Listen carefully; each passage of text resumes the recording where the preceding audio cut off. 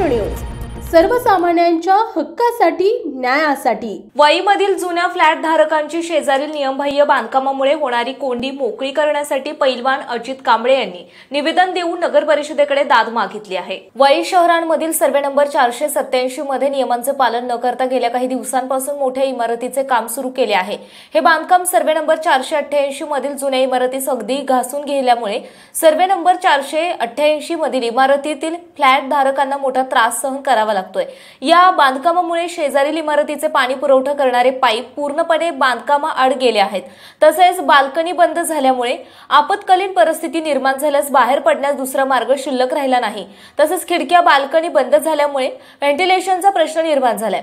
त्यामुळे survey number 488 मध्ये राहणाऱ्या सर्व फ्लॅट धारकांना मोठा त्रास सहन करावा लागत आहे। हा त्रास कमी व्हावा म्हणून वंचित बहुजन आघाडी सातारा जिल्हा उपाध्यक्ष पैलवान अजित कांबळे यांनी नगर परिषदेला आज एक निवेदन देऊन या अन्यायाला वाचा फोडण्याचा प्रयत्न केला आहे आणि संबंधित विषयावर लवकरात लवकर कारवाई करून सदरील बांधकामास स्थगिती द्यावी अशी मागणी केली आहे। जय भीम जय शिवराय। मी अजित कांबळे, वंचित बहुजन आघाडी सातारा जिल्हा उपाध्यक्ष। माझ्याबरोबर सामाजिक कार्यकर्ते सूरजजी सोनवणे तर हे गिरीश सोनवणे। आज वाई नगर परिषद येथे आलेलो आहोत।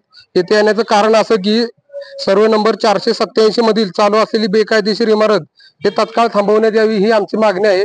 गेले 1 वर्ष झाले आमचे जाधव कुटुंबीय नगर परिषदेमध्ये वारंवार तक्रार करून देखील ही नगर परिषद कोणत्याही प्रकारची त्या संबंधित व्यक्तीवरती कारवाई करत नाही आणि ती कारवाई न केल्यामुळे तेथील फ्लॅट धारक व संबंधित जाधव कुटुंबीय यांना मोठ्या प्रमाणात अडचणी येत आहेत। तर आमच्या निवेदनाच्या माध्यमातून आम्ही असं सांगत आहोत की संबंधित नगर परिषदेने त्या इमारतीकडे लक्ष न दिल्यामुळे मूलभूत हक्कांवरती गादा येत आहे।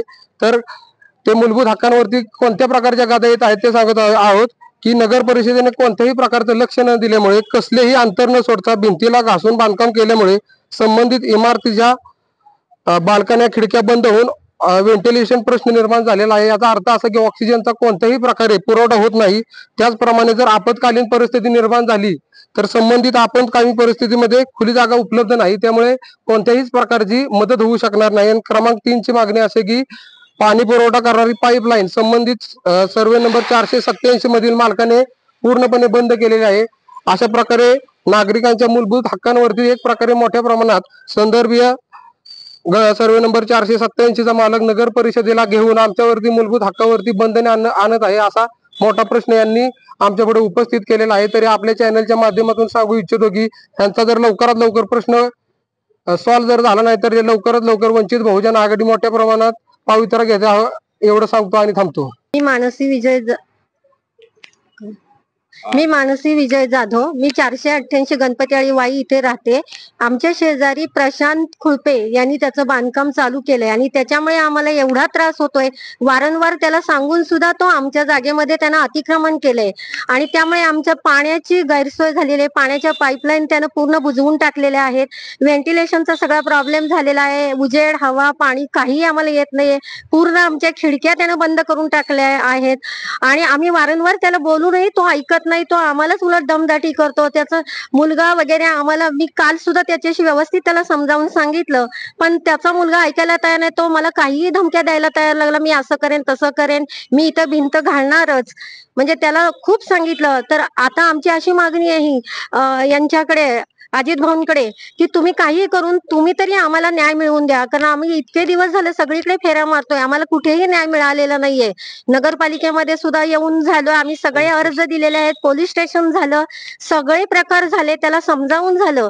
तर शेवटी आम्ही यांच्याकडे आलेलो आहे, तर यांच्याकडे आम्हाला न्याय मिळेल याची मला खात्री वाटते, म्हणून मी हे निवेदन देते आणि याचं आम्हाला तुम्ही तुमच्यातर्फे आम्हाला न्याय मिळवून द्या। लक्ष्मी सुरेश साह। मी घरात नसताना माझं ग्रिल काढलं। मुलगी एकटी होती माझी, मुलीलाही काही एवढं म्हणजे लहानच आहे, काही सांगता नाही आलं तिला। मी ज्ञानदेव शंभा भोसले 488 मध्ये पहिल्या माळ्यावर राहतो। त्यांनी आमच्या बाजूला जे बांधकाम चालू आहे ते एकदम भिंतीला लागून बांधकाम चालू आहे आणि आमच्या सर्व खिडक्या दारे बंद झालेले आहेत। त्यामुळे हवा वगैरे येण्याची सोय अजिबात नाही। तसंच खालून येणाऱ्या पाईपलाईनवर बांधकाम केल्यामुळे अतिक्रमण केलंय आणि त्यामुळे पाण्याची लाईन मजून गेलेले आहे.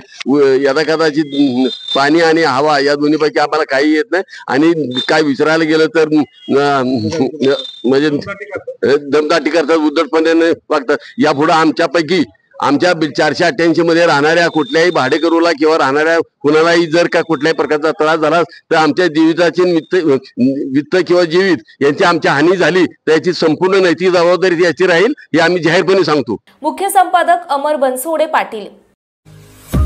आपल्या परिसरातील बातम्या पाहण्यासाठी आजच आमच्या सत्यशोधक महाराष्ट्र न्यूज चॅनलला यूट्यूबवर सबस्क्राईब करा आणि बेल आयकॉन प्रेस करा.